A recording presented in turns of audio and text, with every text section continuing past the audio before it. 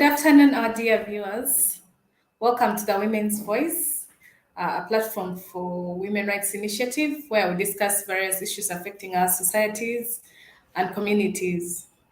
My name is Namlondo Jacqueline, and I'm moderating today's show. The topic for the show is sexual violence and mental health among the adolescents and youth. So, in studio, we have our special guest from CCUG, Michael, who will be joining us shortly to discuss on this issue.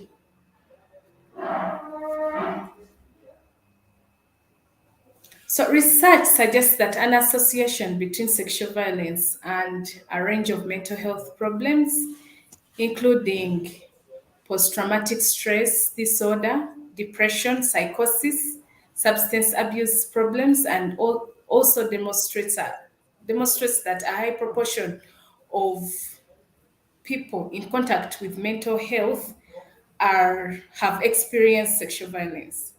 So, Michael, welcome to the studio. Thank you, Jackie. Thank you, our Yes, please. viewers, for the time and this opportunity to present and to have a discussion about mental health and sexual violence.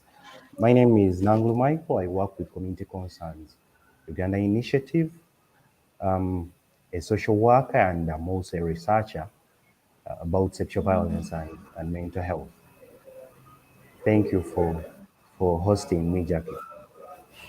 Thank you. So, I was giving a brief on sexual violence and mental health, and I was reading out some piece that I found somewhere, which suggests that the association between sexual violence and mental health ranges from various problems, and these may include the depression, psychosis, substance abuse problems, and usually people who are in contact with mental health issues have experienced sexual violence. So, in simple terms, could you explain to us the two terms, the sexual violence and mental health? Thank you, Jackie. In simple terms, sexual violence can be defined as forceful or manipulative unwanted sexual activity without consent. So in this case, the key words, there is force or coercion, and there is manipulation sometimes. It is unwanted, and there is no consent. In circumstances where someone is below the age of consent and they say that they have consented, that will not be consent. Sexual violence is more common among girls and women as compared to boys and men. In Uganda, sexual violence among adolescent girls and female youth is high, ranging from 20 to 33%. And in the recent past, in the past couple of months, due to the COVID-19 pandemic effects, the occurrence of sexual violence has increased among adolescent girls and female youth. However, in 2021, I was part of the team that conducted a study in the Busoga sub-region about sexual violence among adolescents in 5 districts. And the results that we found were a bit shocking, because we found that the rate of sexual violence among girls was 46.9. Now, there was another study that was done by UNICEF and the Ministry of Education and Sports in 2019 that had a percentage of 33. So here we are in COVID, and the percentage is higher in the Busoga sub-region. So what we found as the most common forms of sexual violence in the Busoga sub-region included unwanted sexual touches, and then defilement, forced kissing, attempted rape or rape, and then coveted use of mirrors, or placing small mirrors beneath girls' skirts and dresses for someone to see their sexual parts or what they have put on, and then sexual exploitation and forced marriage and sex for marks. It was something that was shocking, though sex for marks is now there in primary and secondary schools in the Busoga sub-region. So And hold on a yes, bit, Michael. What is sex for max? a sex Like, for could you marks clear it? is this is a manipulative relationship where a teacher enters a sexual relationship with a student, and the student offers sex in benefit for better marks from the teacher. Sometimes Okay. it may be due to the teacher saying, I'm going to fail you, or possibly I'm going to do ABCD so that you may be expelled from the school. So they manipulate the student to have a sexual relationship with them or to have sex with them as one way of them having a better relationship or possibly having benefits in the school. Okay. And then something else that we found that was common is incest. Incest, especially Yes. among stepfathers and their daughters, was also something that was common, and cousins. Someone being a cousin, having a relationship with a cousin, something like that. Now, when I look at the other part of it, of mental health, what is mental health and what does it constitute? Mental health is a state of well-being in which an individual can be able to realize his or her potential and be able to cope with normal stresses of life and is productive. Someone being productive and contributes to their community. So mental health is more about how someone feels, including managing of their emotions, how they think about themselves, about their surrounding, and about relationship that they have, the ability to make decisions and judgments, and the way that they behave while they are alone or with other people. So mental health has to do with feelings, thoughts, decision making, and then behavior. And Okay. the way that someone feels or our mental health can affect the way that we live our lives. Later on, as we delve into this topic, I'll be explaining more about the impact of sexual violence on someone's life. So, mental health affects the way that we interact with others, how we work, or how we attend school, and it also affects our physical health. Hence, the saying that there is no health without mental health. Okay. Thank you, Michael. So, what is the relationship between the sexual violence and mental health? There is a bi-directional relationship between sexual violence and mental health. By direction, I mean there is a two-way relationship. Experiencing sexual violence can increase the risk of mental health disorders, such as those that you were speaking about earlier on, like depression, post-traumatic stress disorder, and anxiety, among others. At the same time, having poor mental health also increases the risk of someone experiencing sexual violence or someone being a victim of sexual violence. Later on, I will speak more about how this predisposition comes about. But there are things that someone would have to understand before they can get to the relationship between sexual violence and poor mental health. So I can speak generally about two things before I can look at now the actual impact. Now, one has to understand the impact of sexual violence on someone's life. And not all victims or survivors of sexual violence are the same. And at the same time, an experience of sexual violence will not affect two people in the same way. There is Okay. no wrong or right way to feel or react when one has experienced sexual violence. So this means that sexual violence affects people in different ways, and everyone may be affected in a different categories. Two people may experience the same category of violence, but they may not react to it the same way, or it may not impact them in the same manner. So, having understood, have an understanding of sexual violence impacts people differently. Individuals process traumatic events of sexual violence through experiencing different emotions.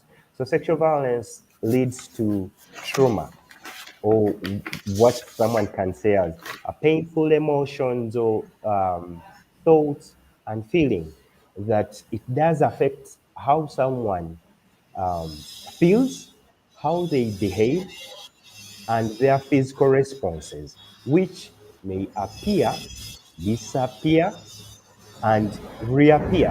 What does this mean? It means that sexual violence can impact someone maybe 3 or 4 years after the occurrence of the violence. And the violence can occur 4 years after, and then possibly disappear and then reappear afterwards. Or someone could experience the impact of sexual violence now, and then the violence, the impact disappears, and then later on it reappears, especially if someone is unable to access the needed support. So, in this case, the way that sexual violence may affect someone could be related to different aspects that are related to the violence itself. One, sexual violence leads to shame, where survivors think and feel that they are dirty, or where their feelings, where they feel that they have been violated, their body has been violated. They feel that their bodies have lost the value that they once had of it. So sometimes they feel bad that their bodies reacted the way that they did during the event. They may even feel guilt that their body reacted the way that they did. So, for example, someone may experience a freezing moment, and they may feel bad. Now, someone could ask, what is a freezing moment? Our bodies, when exposed to danger, we have natural defense mechanisms. Either we can go into the fight or flight mode. Now, the fight or flight mode could have reactions where someone can run or stay to fight the danger, or possibly they can freeze when they go into a period of shock and they are unable to react towards this danger that is happening. So some victims of sexual violence may experience shame related to freezing during the moment when they were experiencing the violence. Someone saying, I wish I had ran away. Even when I saw that he was there, even when I saw that I could move, I could not move. I don't know what happened to my body. Or someone saying, my body betrayed me, or something of that sort. So in this way, they may have that shame, and this affects their self-esteem. It also affects their body image and self-perception. Someone who used to feel good about themselves, someone who used to consider herself as beautiful, does not have that perception anymore because of the violation that occurred to her body. So, due to shame, some people may engage in risk behavior as they try to validate their internal feelings of, of the bodily shame. One other thing that someone would have to understand about sexual violence is it causes guilt, where survivors feel the abuse is their fault. So sometimes making it difficult to blame the perpetrator, especially if he or she was a close person or an important figure in their lives, which causes feelings of helplessness.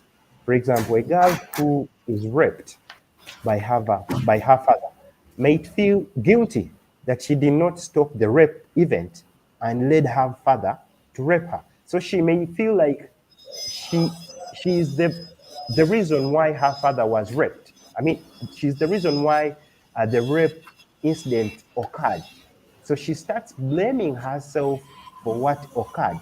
Or if she was in a particular place, she may blame herself for being in that place at that time, and then possibly say, maybe I was in a wrong place in a wrong period of time, and it is me to blame. So it causes someone to feel guilt about what they experienced. About 1 year ago, I came across a case of sexual violence where a stepfather was repeatedly abusing her daughter, and she refused to cooperate to report the case because she felt guilty and helpless based on the financial support that the father was providing. So when people came to support her to take the case to police and have him prosecuted, she refused, and she felt that in circumstances where he was in prison, then she would drop out of school. So because of that feeling of I am guilty, I am the one to blame for what occurred, it causes issues as regards to reporting cases of sexual violence. Sexual violence also leads to what we can call altered perception. Now, an altered perception is a perception that is different from what someone would say the normal one, because normal is subjective. But sexual violence breaks individual boundaries, altering survivors' understanding and perception of what is an acceptable boundary and when to set it up and what is not an acceptable boundary. So it also affects their perception of social relationships, especially if the perpetrator was someone known to the victim.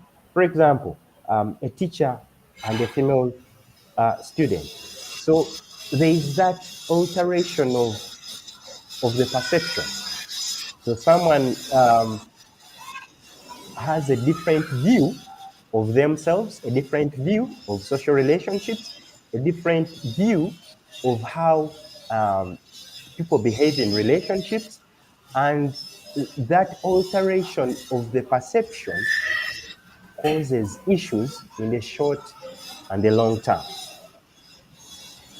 Something else that I would like to speak about, which I hinted on, is related to the loss of volume control. I'm using the word volume in quotations. When someone is presented with stress or someone is in danger,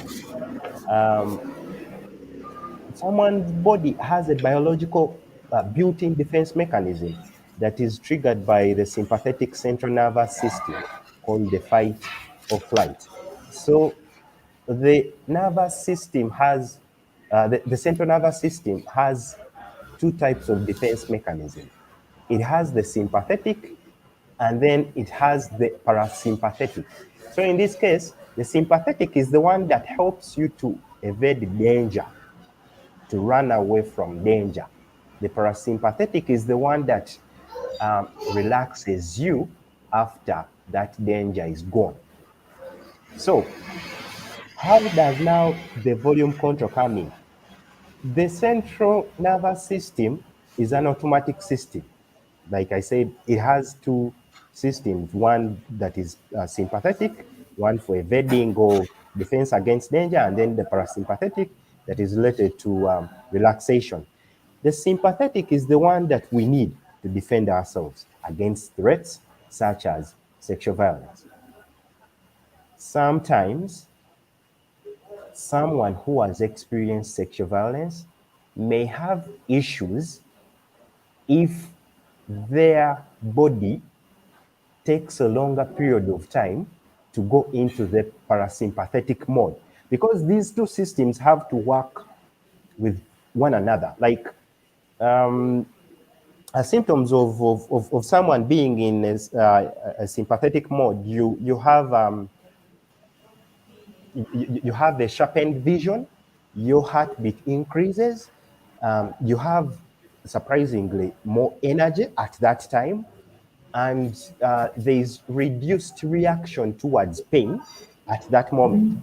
So in circumstances where someone having the sympathetic system taking over their body for a longer period of time, it means that in circumstances where even if they do not have any danger that is coming their way, the body is reacting like there is danger. For those that have done counseling, there are circumstances where you are providing counseling services to a victim and then they hear a particular sound or they smell something that Sorry. triggers an event that is related to what happened.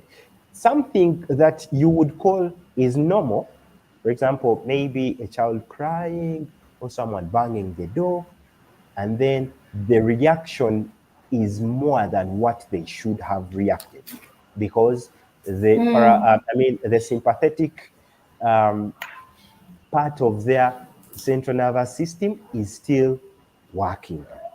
So if someone experiences rape or attempted rape or sexual abuse, the nervous system kicks into action and reacts to this threat. You either fight, you flee, or you freeze.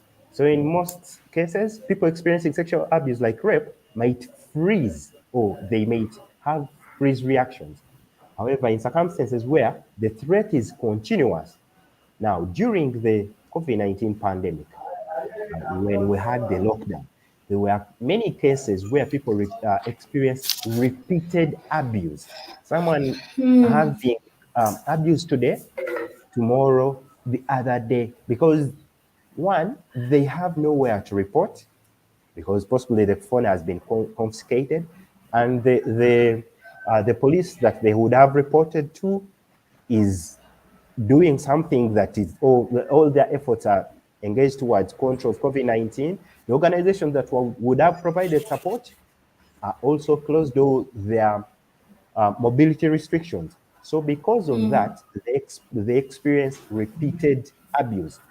So the ability of a survivor who has experienced repeated abuse to regulate their reaction to bodily stimuli is impaired, meaning they have issues with their sympathetic nervous system. So whenever they experience a stimulus that is associated with or related to one that they experienced during the sexual violence event, they go into the fight or flight mode, or what someone can say that they lose the ability to regulate their body to go into the fight or flight, or they do not have the ability to regulate the volume, what I call volume control. So whenever there is something that reminds them of what happened, they are jumpy, they are irritated, and they are over the edge.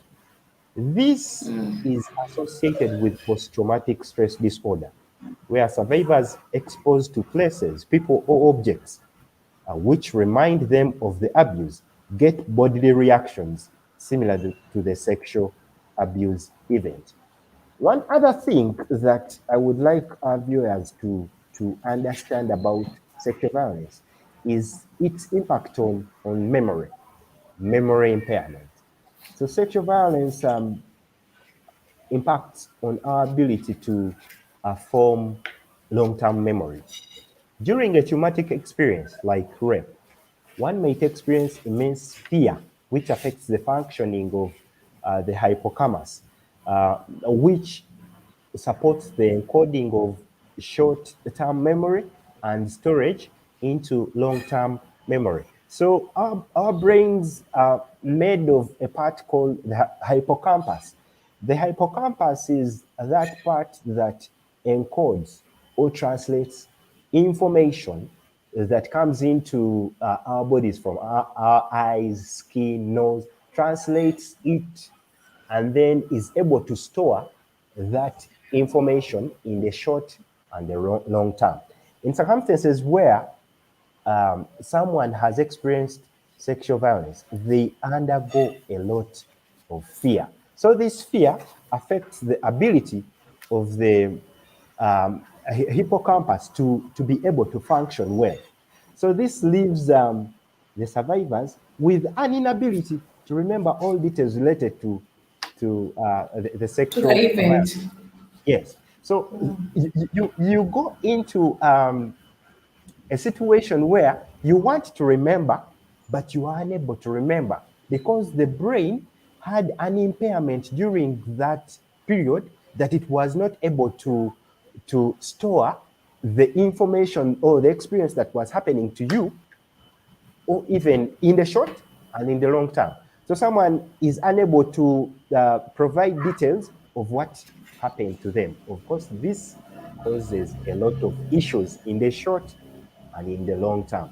Now, this is very important for people addressing violence to understand, especially an organization like Worry, to understand that when taking records of survivors' um, experiences of the violent event, they should not push the survivor to recount a painful experience they had.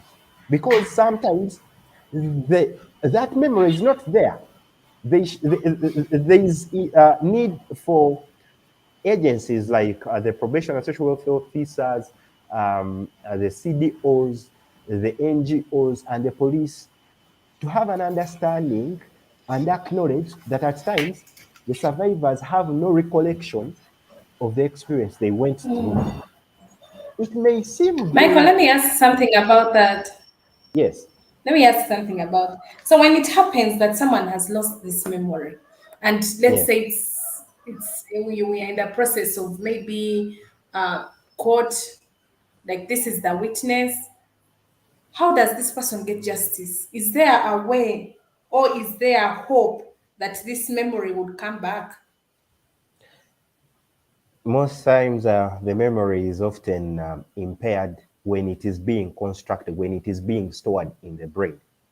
So in this circumstance, even if the survivor tried so much to remember, they may not actually get that memory. Sometimes they actually get physical ailments like a severe headache because they are trying so hard to remember something that may not be there. So it is a challenge to people who are addressing sexual violence because sometimes you may not know what to believe and what not to believe. In circumstances where you have an assessment of this survivor, and then you understand that possibly this survivor experienced a lot of fear during the event and they were unable to have information of the experience for particular cases, you may have to use what you have. Now, there are other cases, like you asked, what someone can do. There are other cases when the body represses the memory. When the memory is so painful to the person that the body now completely blocks it out. What someone could say, numb, like the body numbs you. Numbing is a situation where your body like goes into like I would say a freezing period where you do not experience any emotion or pain, where someone may like to or would desire to hit themselves or cut themselves in order to understand that they are alive. Sometimes this is associated with self mutilation among survivors, where they've experienced an event and then the body is not registering emotions, and someone like tries to engage in risk behavior in order to try and feel normal. It is a weird kind of way. So in circumstances where the body represses or possibly blocks out this memory, after a period of time, the memory may come back when the person has enough support, when the person has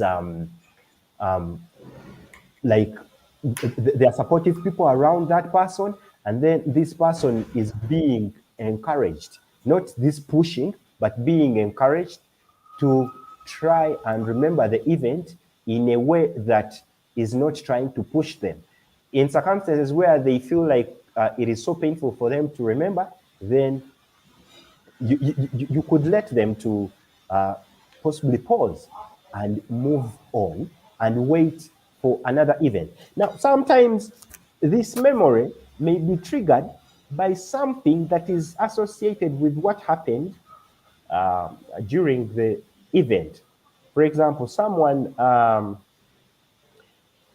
the smell of semen may trigger a memory that a survivor had.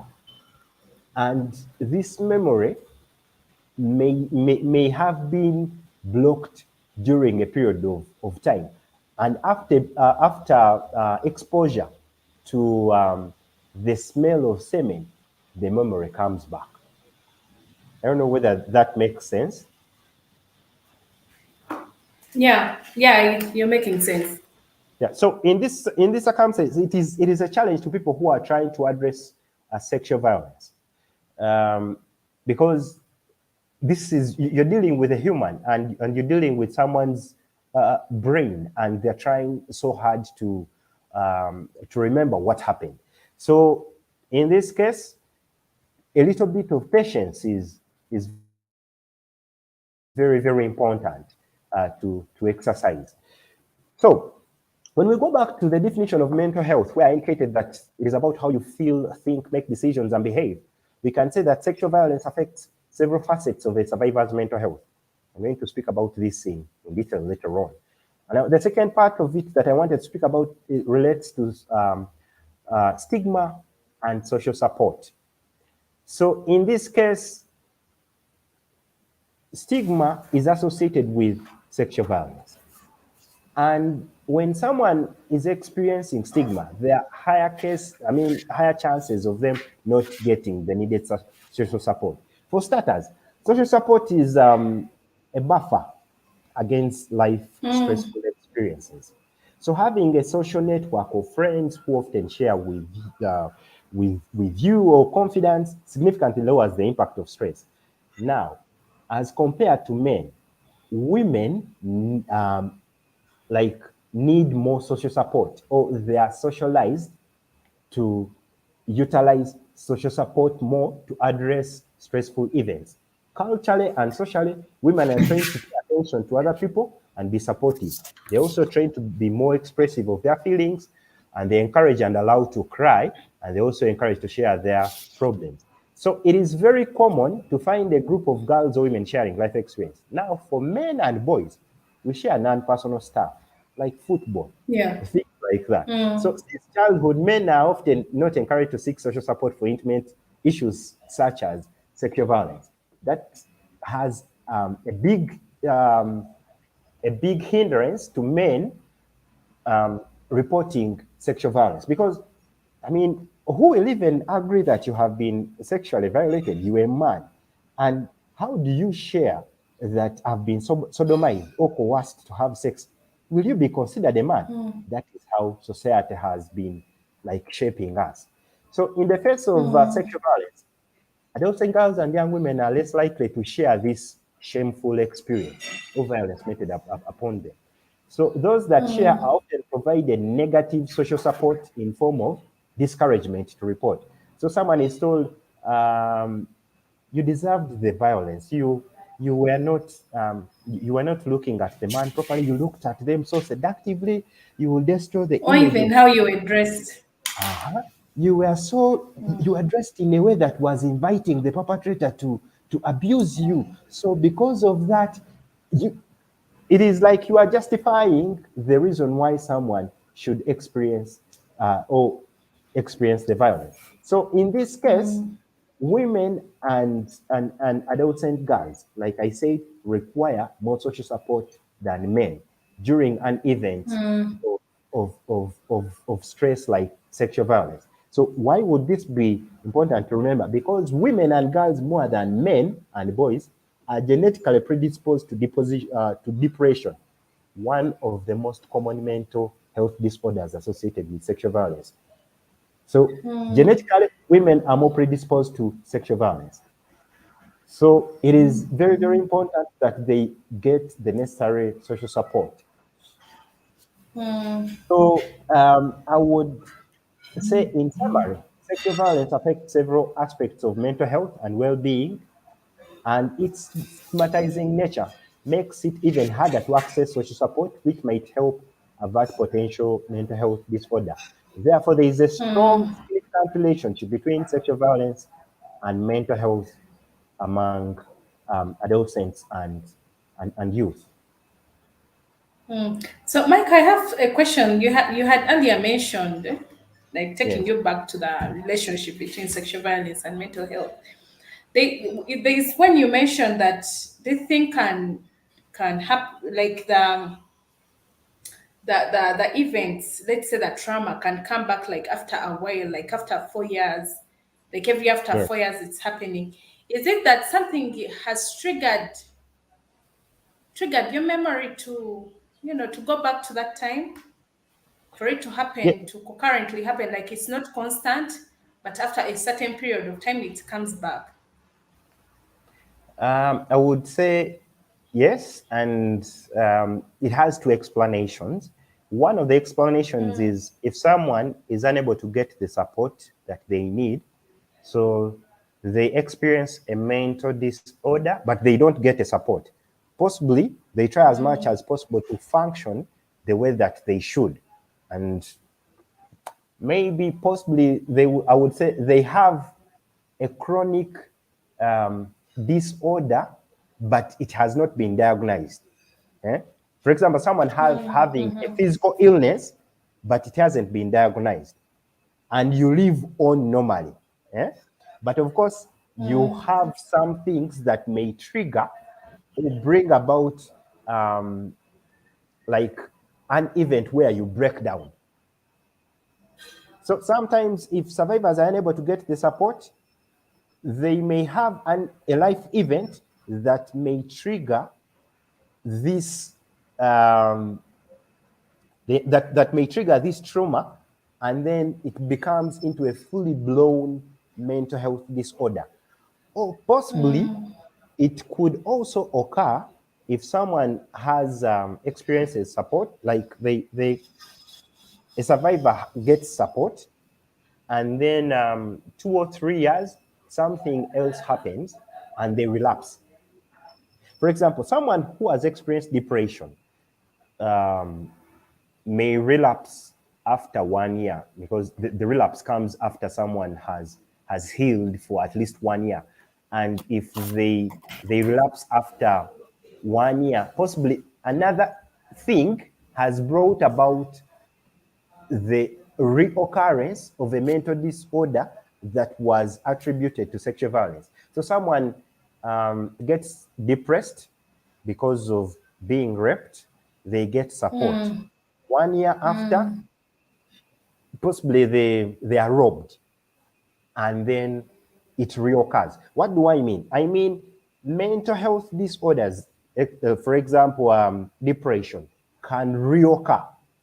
They can disappear when they support, and then reoccur if someone has another life event. So, in circumstances where you are providing support, like I know about the wonderful counselors at Worry who provide support, psychosocial support, Yeah. it is important to include life skills into the social support so that someone is able to avert potential relapse in the life of a stressful event that may occur in the future. Otherwise, Even if we provide social support now and someone does not have the skills to manage their emotions in possibly 2 years, it means that they are going to relapse and relapse and relapse like that. And I that, of get course, it. has a big economic impact on access to care and when and how someone may get that care. So I'm going to look at the impact of sexual violence and psychological functioning or possibly cognitive development. So psychological functioning in this case is one's ability to achieve personal goals, the way one behaves, feel or manage their emotions, and their social skills. On the other hand, cognitive development comprises of intellectual abilities such as memory, thinking, reasoning, language, problem solving, and decision making. So adolescents and youth are in a developmental phase. Their brains are still developing. They are still developing their careers. They are still developing their personal goals. When they experience sexual violence, it causes an impact on their psychological functioning. So let me look at it in the way that someone achieves personal goals. Now, sexual violence affects survivors' ability to achieve their short and long-term goals. This might be because their intellectual ability, for example, a student who has been raped, such as memory, a student who has been raped may have memory issues, may have attention issues in class. Their ability to pay attention may, may be impaired because most of the time they are thinking about the event, or it is not a forced thinking, but thoughts about the event come more often to them than they should. So therefore, survivors' ability to pay attention, memorize or learn, or even reason is impacted, leading to poor performance in school and eventual school dropout. That is why many adolescents who have experienced sexual violence are more likely to drop out of school after the event. And then one other thing that I can look at is related to language development. So communication and socialization are also affected by sexual violence. Research shows that children, for example, someone of 12, 13, 14 years, who have experienced sexual abuse, experience vocabulary issues, and have difficulty forming and maintaining healthy relationships with their peers. Now, without support, this may be carried on to adulthood. Something else that I would like to speak about also relates to the behavior. Apart from apart from the language development, it also affects the behavior. Survivors may engage in risk behavior as a way of escaping sad and painful feelings and thoughts. This may include alcohol and substance abuse, self-mutilation, especially if the survivor experiences feelings of numbness, or even suicidal behavior. When someone feels like the pain that they are in, when someone feels like they are a burden to other people because they are not worthy anymore, and because they are not worthy anymore, they would be better off dying or they will be better off dead than alive. So in this case, someone would say that sexual violence could contribute to suicidal behavior and ideation. It is also worth noting that self-perception development, that is the development of your self-image, who you are and who you consider to be, is initiated during adolescenthood. Children and adolescent survivors of sexual violence may therefore develop a self-image and perception that is altered or that is based on the experience that they had and carry it on to their adulthood. For example, if a girl considers herself to be beautiful, if she knows she's beautiful and she has a high self-esteem, and later on she experiences rape, she may start looking at her body as dirty. She may start looking at her body as violated and therefore perceive herself as ugly and perceive herself as worthless. She may engage in risk behavior that shows that her body is worthless, possibly by engaging in risk sexual behavior as one way of having validation, trying to show that, yes, I am also here and I am also beautiful. Please have a relationship with me. So they go into relationship that they shouldn't enter, and then they tolerate relationships where they are dehumanized, where someone's self-image and perception is greatly affected. I think you've come across several cases where someone is in an abusive relationship, but they do not move Yeah. away. And then you wonder, Yes, they don't leave the relationship. exactly, why is this happening? It is because they have lowered their self-perception to the level that they feel they deserve what is happening to them. And because they feel they deserve what is happening to them, even if you told them that this is abuse, they're like, but it is better than being lonely or being Being alone. alone. Yeah. Yes. So I would rather be in an abusive relationship than to be in a relation than not to have a relationship at all, because I am ugly. No one will have a relationship with me. So with that kind of No one thinking, will love me like the way he does. exactly, exactly. So with that kind of thinking, survivors of sexual violence have a higher risk towards becoming victims of sexual violence again, or what I can call re-victimization, because of this self-image, because they have been conditioned to believe that sexual relationships is where people are dehumanized and it is okay. And then they have this perception that my body is not that, I am not that beautiful, I am not even that worthy being with him. He's doing a favor to be with me. So why should I even leave the relationship? So there are higher chances of them being re-victimized. Now, that is an implication that organizations or NGOs that worry could look into re-victimization of survivors. It is something that is very, very important, because it means that even if you address sexual violence now among, um, for example, you're providing sexual support to a survivor, 3 or 4 years, the same person will be victimized again. So it means that there must be avenues to reduce on re-victimization.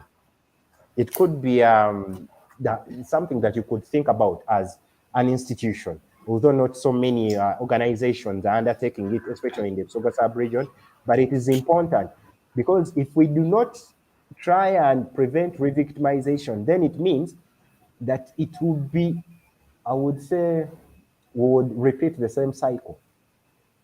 Provide support and Continuously. exactly someone is continuously like victimized. And then lastly, but most significantly, the symptoms of mental health disorders start during adolescenthood. Symptoms of most mental disorders start during adolescenthood. And they are often presented, or someone is often diagnosed with depression when they are adults. But the symptoms started when they are adolescent. So survivors of sexual violence, especially young survivors of sexual violence, have over 50% risk of experiencing mental disorders in their adulthood, such as depression, schizophrenia, anxiety or eating disorders, post-traumatic stress disorder, and many more. Um, I would hope that it is important that institutions addressing sexual violence interest themselves with how important mental health is, because without good mental health, it might be hard to address sexual violence. Without good mental health, it is hard to address sexual violence because of the increased predisposition towards um, someone becoming a victim of sexual violence when they have poor mental health. Do Thank you you, have any Michael. for me? I know. You've been very thorough. You've been very thorough in this. Okay. Thank you very much. So we have come to the end of our show, and I don't know if you have any last words for our viewers that you would encourage them to do on this issue. Sure. Sure, I do. Yeah. First of all, I would like to thank our viewers for taking their time off their busy schedule to be with us today. And I hope that they have learned something about this discussion. I would make conclusive remarks to institutions and agencies that are addressing sexual violence, like WORRY or the police, probation, and social welfare officers. One, they should ensure that support is provided in a safe environment where there is no chance of re-victimization. And then two, they should ensure that the staff providing the services are properly vetted without a history of being perpetrators of sexual violence. So Yeah. if you're a counselor, if you're a researcher, or if you someone, a data entrant who is working on sexual violence and you are getting data from survivors, it is important that you're properly vetted. Otherwise, there are more chances of survivors um, um, being abused by people that are providing support. And then adequate supervision is needed to reduce potential abuse, of course, by staff against survivors. And then safeguards should be in place to reduce sexual relationship between survivors, like one survivor and the other. It also happens, like survivors, Like, one survivor having a sexual relationship with another. I thought it was a good thing, like because you have something in common that you're always careful about. During care, it shouldn't be that way. It is important for Okay. someone at least to heal first and then form a relationship later. I think that is one of the strongest reasons why there are restrictions on a counselor having a relationship with a client. You first of all end this relationship you have, and then possibly afterwards it could be. So during care, no, because Okay. there are higher chances of worsening things. There are higher chances of worsening things. So it is important to reduce that. Okay. And then something else that I wanted to conclude as regards to the officers that take records, while reporting, individuals taking records of sexual violence should be patient with survivors. There is need to be patient. You shouldn't push them to remember painful things. First of all, sexual violence experience is painful, and it is Yeah. a traumatic experience. So remembering it is also painful. One sometimes may even go into the same state that they were in during the event. So there is need to have patience with them. And then one other thing is also to understand that sometimes some information may not be remembered by the victim. But the survivor. Exactly. So some information may not be remembered or may take years to come back to the victim's memory.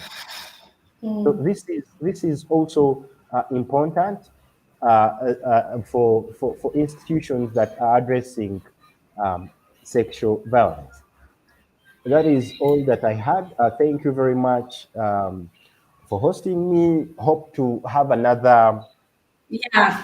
Yes. Yeah, sure. We shall have more to discuss on this. Thank you very Sure. much, Michael. To our viewers, if you want to catch up on this show, you can go to our YouTube channel, Women Rights Initiative, to rewatch that show that we have. Thank you very much. Have a lovely day.